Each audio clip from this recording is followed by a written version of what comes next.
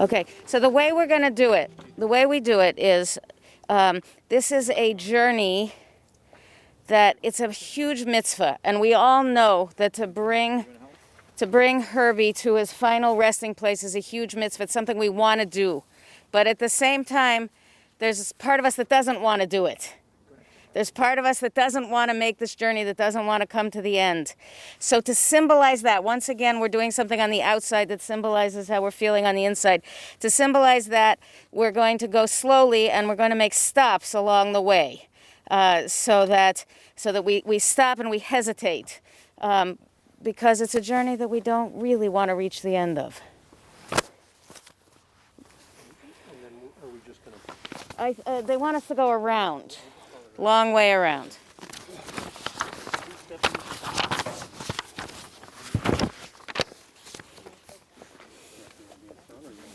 Yoshev b'tzeter elyon, b'tzel Shaddai yitlonan. Omar ladonai machsium sudati Elohai evtach bo. Ki hu yatzilcha mipach yakush midever havot. Be'evrato yasach lach v'tachat knafav techseh tzina uschara imato. For you who dwell in the shelter of the Most High and abide in the protection of Shaddai, I say of Adonai, my refuge and my stronghold, my God in whom I trust, Adonai will save you from the fowler's trap, from the destructive plague. God will shelter you. You will find refuge, for God's fidelity is an encircling shield. Lo tirami pachad laila, mechetz ya'uf yomam, midever ba'ofel yahaloch, miketev yashud soraim.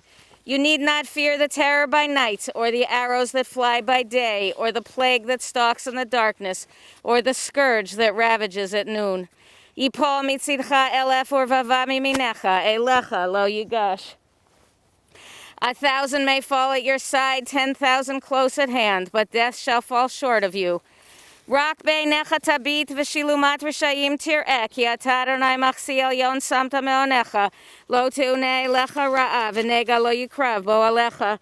You will see it with your eyes, you will witness the punishment of the wicked, because you took Adonai as your haven. No harm will befall you, no disease will touch your tent. Ki malachav yitzaveh lach l'shomercha b'chol derachecha, for God will order angels to guard you wherever you go.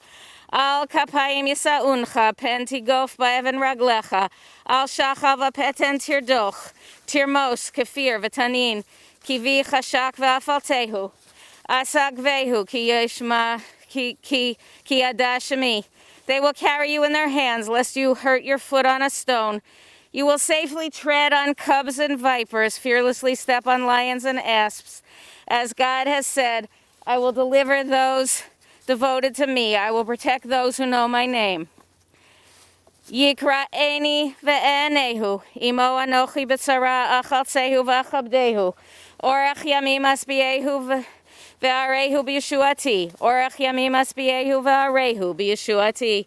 When they call on me, I will answer. By being there in time of trouble, by rescuing and honoring, by satisfying with long life, and revealing my salvation.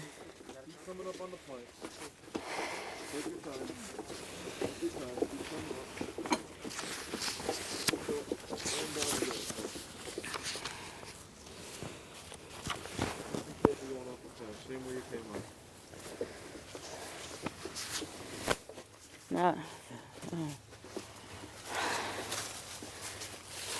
Lower it down in, please.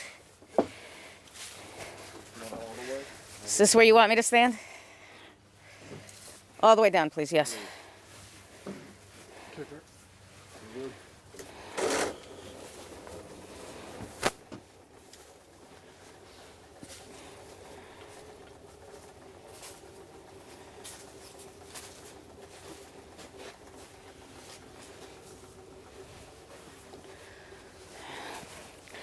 I ask that people stand close enough to hear and far enough to be socially distant even outside. You're okay, as long as you're not blocking the camera, you're okay here. We have room over here also. You dropped your ribbon.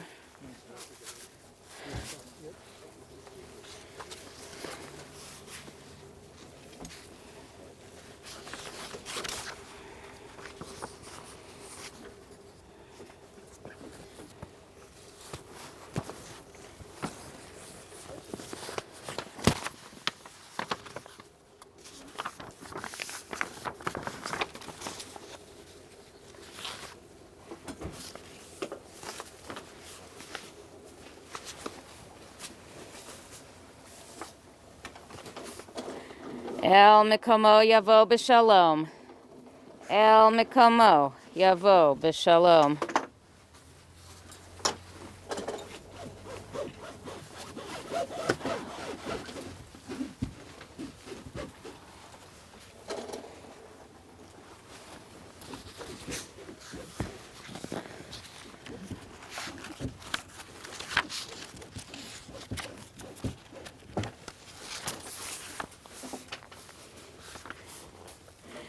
Eloheinu v'Elohei Avotenu, our God and God of our ancestors, our rock and our Redeemer, 1,000 years in your sight are as a passing day, an hour of night. Our generations come and go while you endure forever. We are always in your hand, O Lord, in death as in life, trusting in your love and in your judgments. O merciful God, strengthen those who mourn the loss of Herb Hollenberg. Help them to look beyond this moment. Help them to realize that death cannot destroy the bonds of your everlasting love. Sustain them with the knowledge of our faith that you will not abandon our souls to the grave, that you will not allow your faithful to suffer oblivion. For you, O Lord, have taught us the way of life. Through you, our refuge, we gain eternity. And let us say, Amen. Psalm 1 will now be read by Ian Hollenberg, grandson. You should come stand over here, Ian.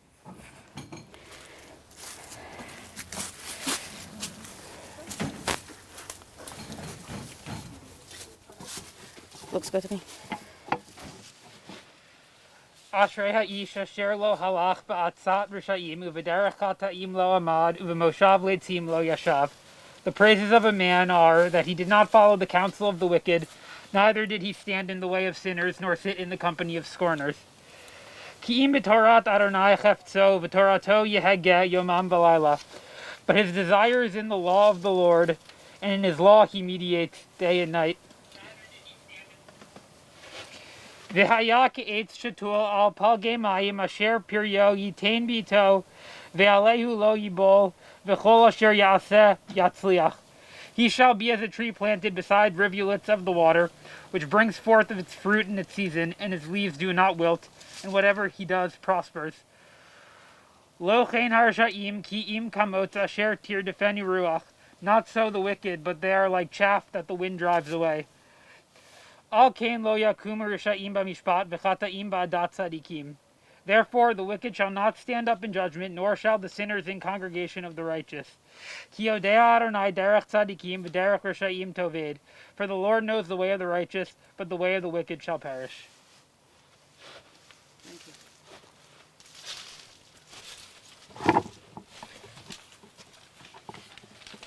We have family members who would like to speak. I'll go first. You go first? Whoever. Penny, you're up. I'm the first born, so I'll go first.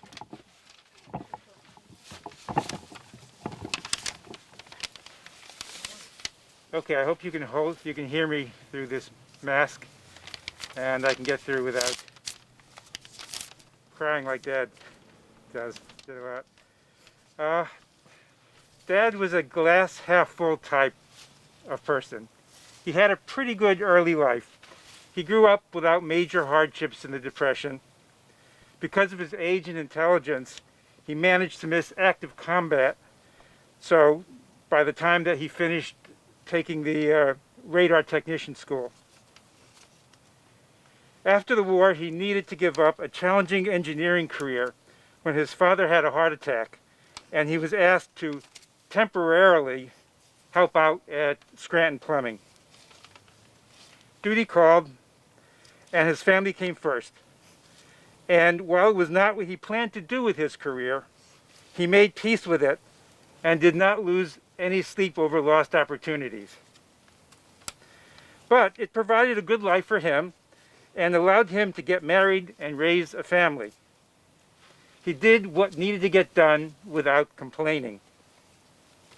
He earned the respect of his community with his philanthropy and leadership. While Mom liked being kind of the center of attention with her entertaining and clothes, Dad was always willing to sort of stay in the background get the job done, but not, not needing to be seen in front of things. He was more the silent partner in that pair. He was also the happiest around his growing extended family. He could find joy in the simple things: temple, tennis, happy hours. He was also eager to try new things. Even as he got older, he was willing to try new things. He got pretty good at using the computer, for example. And he was generally satisfied with life. Mom and me could perseverate over choices that we should have made, but not Dad. He could accept things as they are.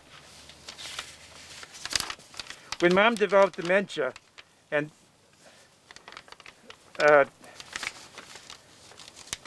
then Dad showed an amazing devotion to taking care of her, and relished those increasingly rare days when she could return his I love you.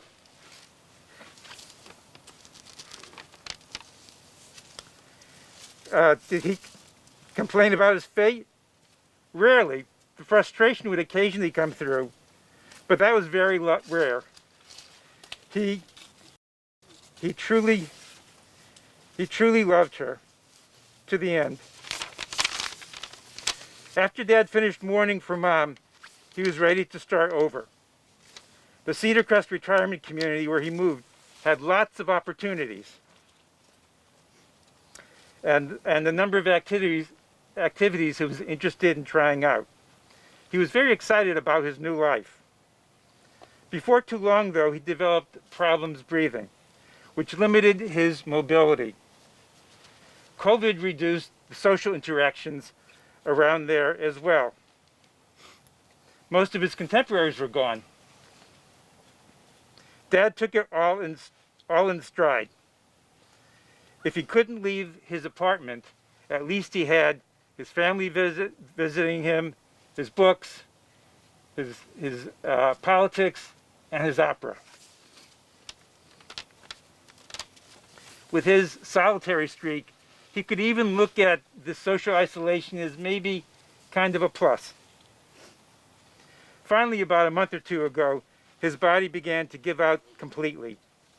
It became harder for him to put his typical positive gloss on things. It was difficult to watch Dad lose his optimism. But this luckily was a relatively short period of his long life. Towards the end, he was ready to go. He had had an extended run, but now it was time to drop the curtain.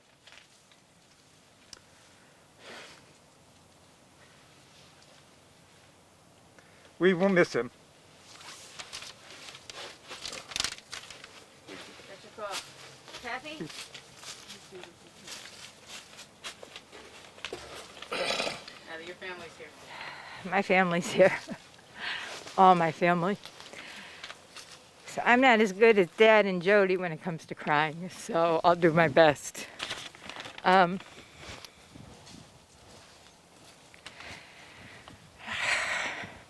For many years, I used to call Mom up every morning to see how she was doing. And when she passed in 2018, I started calling Dad up every morning to see how he was doing. And he thanked me after every one of those calls. But little Dad, did you know that your calls fortified me? Dad, you lived a truly wonderful life for 95 years. You and all of us and everybody who knew you was truly blessed. Dad, you were a gentle giant, kind and loving, warm, good at almost everything, though not competitive. Our rock that both anchored us, but which never in any way impeded our ability to freely become whoever it was that we are. You parented by example with unwavering honesty, intelligence, and integrity, which by example demanded no less of us. And the unshakable love and respect that we have for you will always serve as our moral compass for each and every one of us. Dad, while Mom was a force of nature and an indomitable spirit, you were calm and steady. The best always of what was always fine for you. Your love for Mom was so monumental and served as a lesson and a model, imposed by the extraordinary beauty that it revealed. So too, your unconditional love for your children, your grandchildren, your great-grandchildren, and your nieces and nephews. Dez's beautiful Facebook post poignantly notes that the world is much colder without you. And that's true, because your warmth touched everyone with whom you came in contact. And Des rightly recognized that your adherence to tradition served as a magnet that pulled all of us together. All the July 4th, Thanksgivings, Memorial Days, and other wonderful gatherings we had at the house were part of that tradition, as were our Friday nights at Nanny Ida's and days at Chapman's Lake before that. All you have imparted to us about how to love by your actions day after day after day are deeply rooted in us and will live on. I am so grateful to have had you as my dad for all these years into my 60s. I am so grateful that my children all grew up with you and that my grandchildren got to love you as well. I love you with everything I have. Thank you for being you. You will forever live in our hearts and in our souls, and your memory truly is a blessing to all of us. Amen. Thank you. Sue? No? Harry? I thought I had some time. I wasn't prepared to jump right in right now. One page.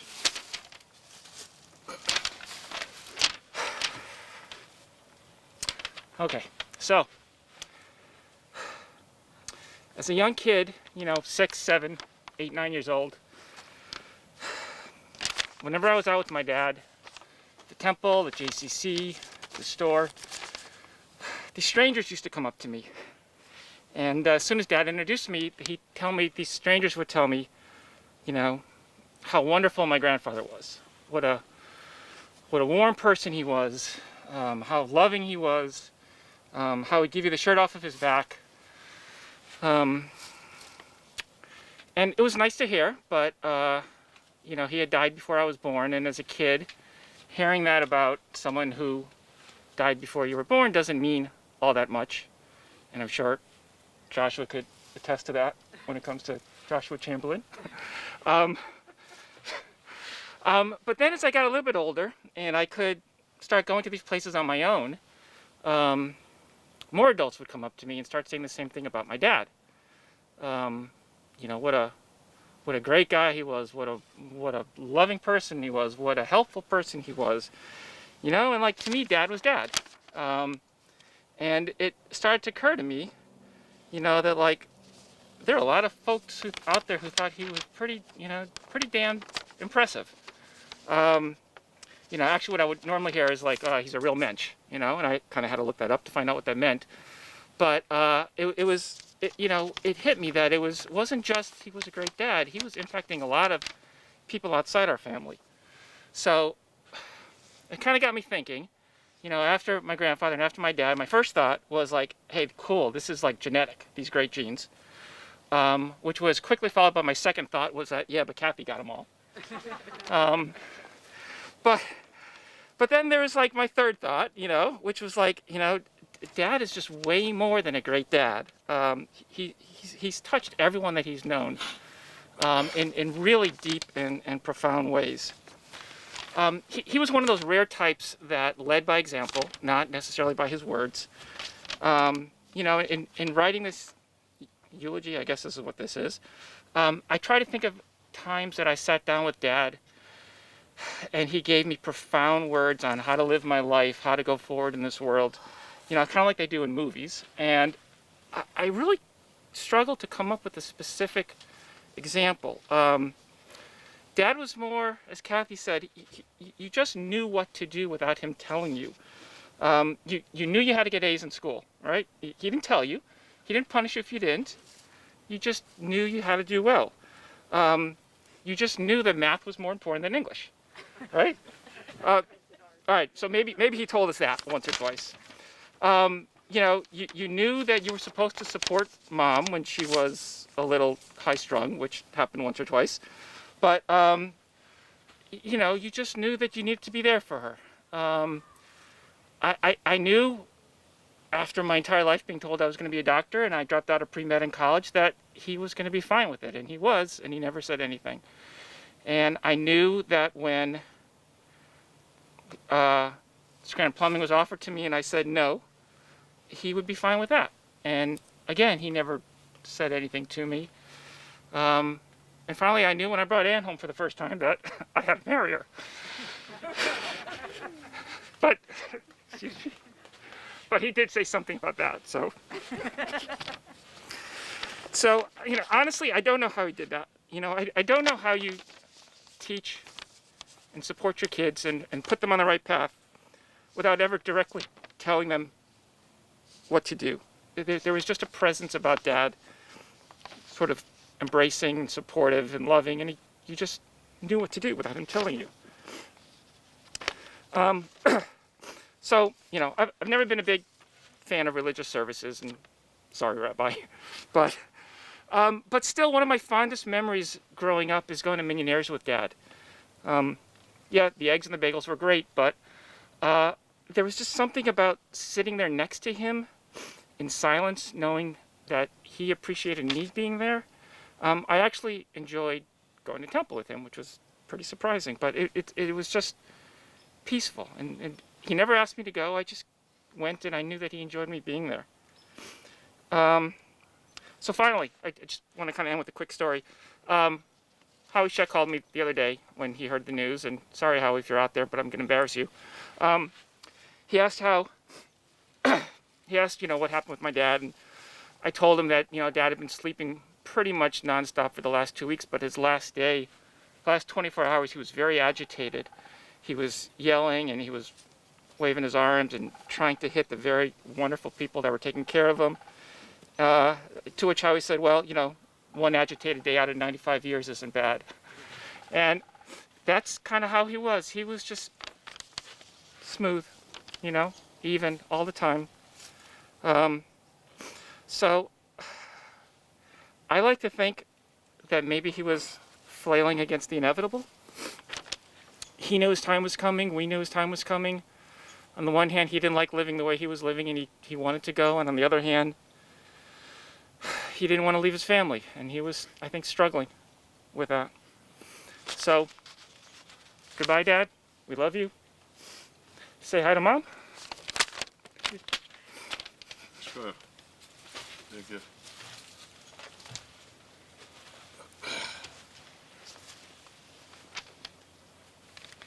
There's a Shabbat morning prayer that asks God to bless those who unite to establish synagogues for prayer, and those who enter them to pray, and those who give funds for heat and light, and wine for Kiddush and Havdalah, bread for the wayfarer, and charity to the poor, and all who devotedly involve themselves with the needs of the community.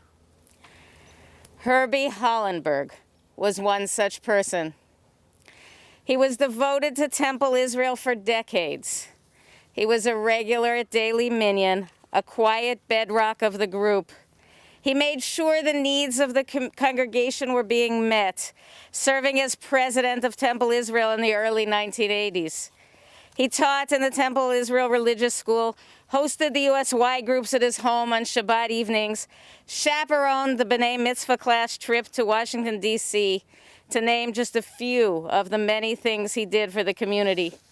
He was on the cantorial search committee, and we can thank him, among others, for bringing Cantor Aronson to Scranton. Herbie was also committed to Temple Israel of Dunmore, where he would usually go for early Shabbat morning services unless there was something special going on here in Scranton. Herbie was the resident expert, the go-to guy when the Minyan in Dunmore had questions. And whether in Dunmore or Scranton, he was an excellent and skilled davener and a pleasure to listen to. He was the kind of person that other people enjoyed being around. A nice gentleman, a caring and sincere individual full of humility, a mensch. Herbie was devoted to his wife, Lee, seldom leaving her side throughout the years of her illness. This is saying something, because it was not an easy journey. He was there for her, and he took care of her. When Lee first became ill, Herbie took over the cooking, and he learned to be quite a good cook, known especially for his soups. And this is saying something, because he was of the generation where women cooked and men ate. Herbie was happiest with his family around him. When the family gathered for summer holidays such as the 4th of July, Memorial Day, Labor Day, he was there cleaning the pool, doing the chores, making sure it all happened. When the kids were young, Shabbat dinners were invariably at Herbie's mother's home, where she lived with her 2 sisters. Other occasions were with Lee's large extended family. The family was close. After Herbie retired and before Lee became sick, the 2 of them would go to Florida for the winter. Their kids would visit them in Florida, where they would find that their parents seemed to have shed 10 years on the trip down. It was a joy to see them looking relaxed, enjoying their low-key Midwestern contemporaries and having a good time. The grandkids also enjoyed visiting them in Florida. Herbie spent time with them and tried to do things that they liked doing. For example, the time he researched Naples skateboard parks and took Jessie skateboarding. That was an eye-opener for both of them. Seems that the Florida skateboarders who had all year round to skateboard were better than the New York skateboarders Jessie was accustomed to. Bless those who unite to establish synagogues for prayer, and those who enter them to pray, and those who gives funds for heat and light, and wine for Kiddush and Havdalah, bread for the wayfarer and charity to the poor, and all who devotedly involve themselves with the needs of the community. Herbie Hollenberg was that person. As one friend said to me, "Would that the world were filled with Herbie Hollenbergs. We would have far fewer problems." His influence lives on in all those whom he touched and in all those whom they touched, including his children, Ted and Rhoda, Kathy and Dennis, Sue and Joel, Harry and Ann, his grandchildren, Ian, Samantha, Kyle and May, Desmond and Vanessa, Malcolm, Jesse, Ty, Josh and Lily, and his great-grandchildren, Lennox, Cyrus, Aso, and Saul. Thus, and all of his nibblings and grand-nibblings as well. Thus his memory will be for a blessing. Zecher Tzadik Livracha. Amen. Right. Psalm 23.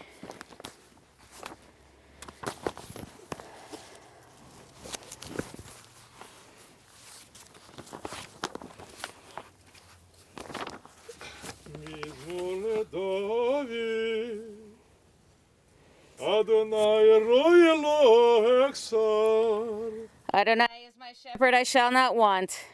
V'in yodashe, yar b'tzayni, al memenchod yanaleini. Leading me beside the still waters to revive my spirit. נפשי ישובב, נפשי ישובב, ינחני במגלי צדק למען שמו. Guiding me on the right path, for that is God's essence. גם כי הלך בגיא צל מוות, Though I walk through a valley of the shadow of death, לא יירא רע, כי אתה עמדי. I feel no harm, for you are with me. שבטך, משענתך, אימה ינחמוני. Your staff and your rod comfort me. תברך לפני שוב בולחן,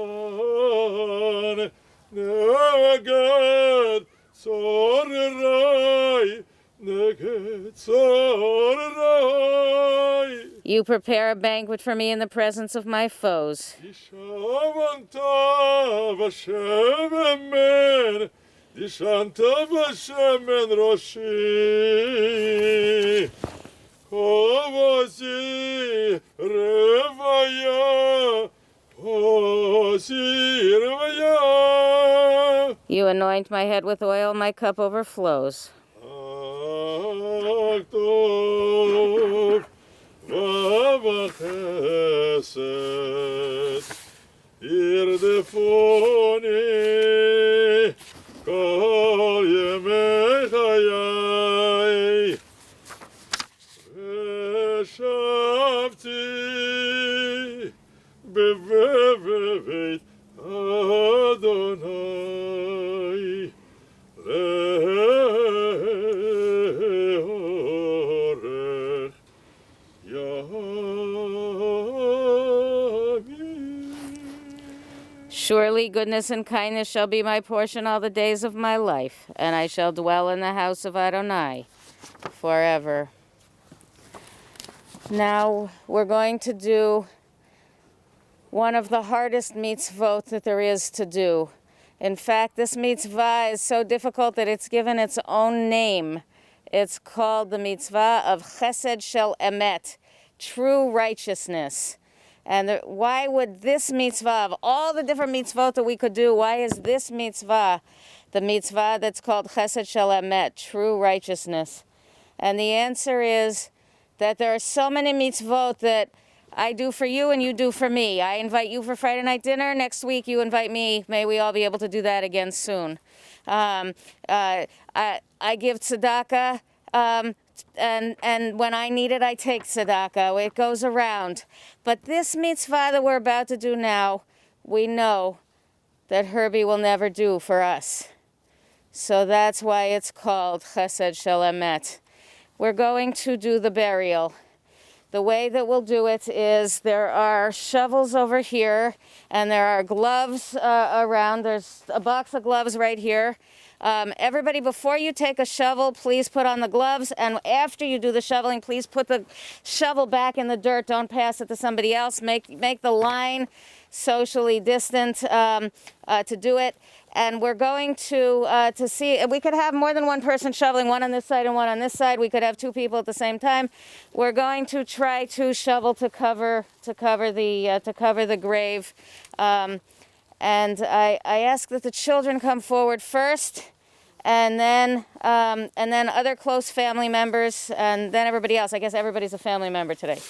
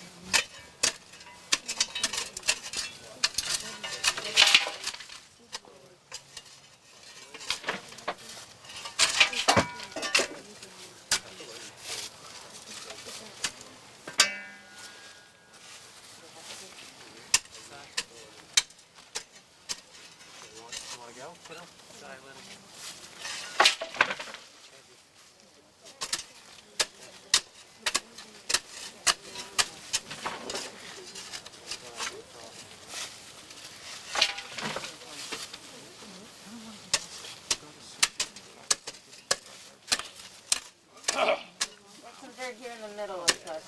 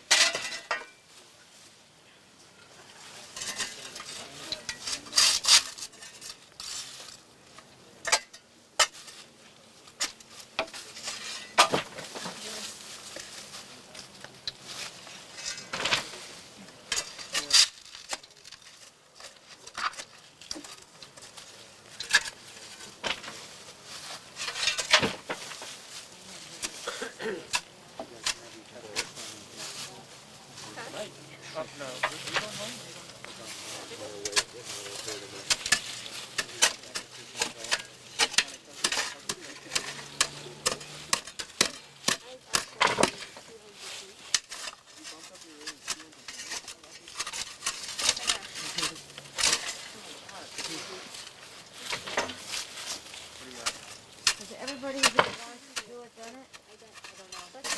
Anybody who still wants to do it or hasn't done it? I'm still working on it.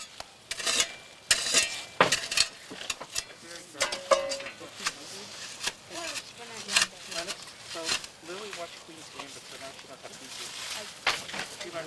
She learned everything she needs to know to YouTube. That's what you call There's a shovel over here. Sorry, but you need to watch chess videos too. Chess movies. Okay.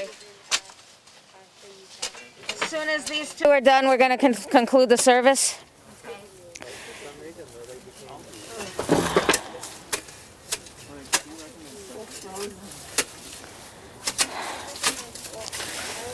This is a hard mitzvah even when it isn't frozen.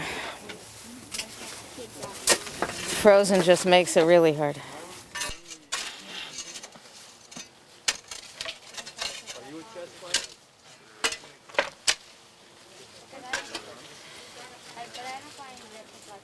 We gather back for the Tziduk Hadin.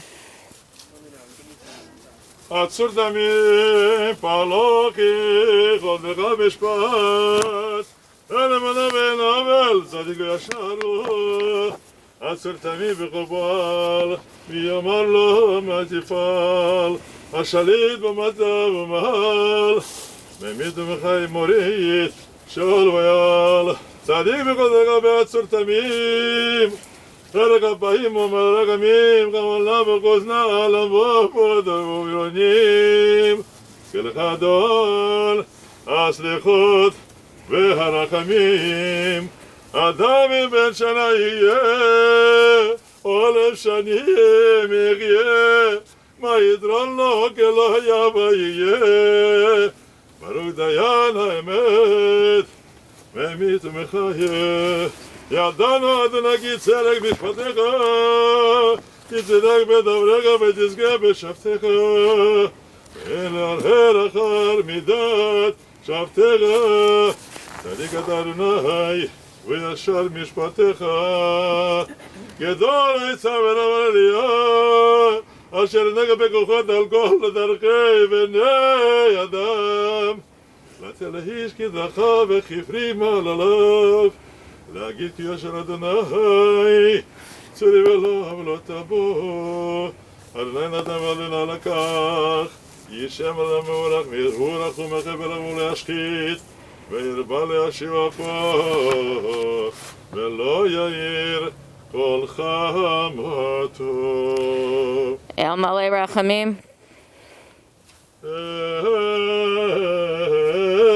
אל מלא רחמים, שוכן במרמים, המצא מנוחו נגד הגלגל פי, השכינה במעלות קדושים, ודורים כזוהר חלקי המסגירים, את ישמע.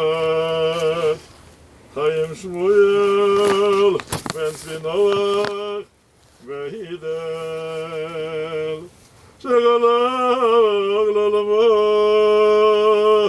בגן עדן במקדו מנוחתו ענם הפל הרחמים אשתרנו בסתר כנפיך לעולמים וצזרופור בזרופור החיים את נשמתו אדוני ונחלתו וינוח בשלום על משכבו